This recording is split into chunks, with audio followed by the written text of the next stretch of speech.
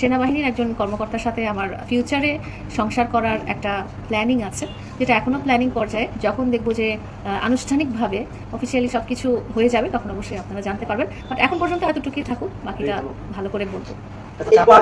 লিখন বিষয়ে আপনার কাছে জানাবেন, বিয়ের খবরটা সারা দেশের মানুষ দেখছে, এই বিয়ে যেহেতু হচ্ছে নতুন করে, আসলে বরের বয়সটা কেমন একটু আমাদেরকে জানাবেন। উনি অবশ্যই আমার চেয়ে সিনিয়র, এবং আপু বলেছেন যে আপুর ভাই যিনি, উনি একজন ঊর্ধ্বতন সামরিক কর্মকর্তা।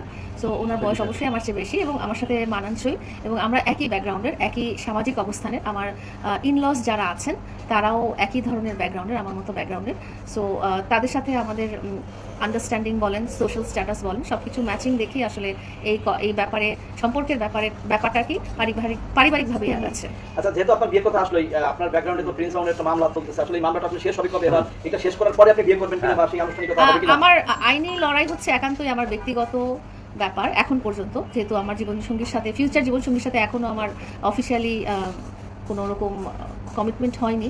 তো এটা একান্তই আমার ব্যক্তিগত লড়াই, এবং এই লড়াইটা হচ্ছে ততদিনই চলবে যতদিন না এটা মানে আইনগতভাবে শেষ হবে। বিয়ের পরে আপনি সোশ্যাল মিডিয়ায় অ্যাক্টিভ থাকবেন কিনা? এটা এখনো বলা যাচ্ছে না, বাট এই ব্যাপারে কোনো বাধা নেই এখন পর্যন্ত।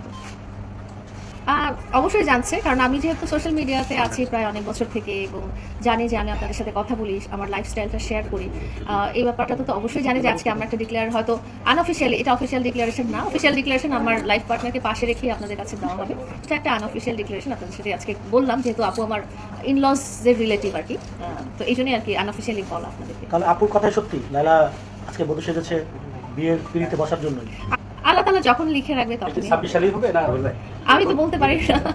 তারপরেও যেহেতু আপনারা সামাজিকভাবে ইনশাআল্লাহ পারিবারিকভাবে যখন ডিসিশন নেওয়া হবে তখনই হবে। ডিসিশন তো নিছেনই, আপনি বিয়ে করবেনই ঘোষণা আছে না যে একটা ডেট ফিক্স করার ব্যাপার আছে, উভয় পরিবারের সদস্যদের একসাথে হওয়ার ব্যাপার আছে।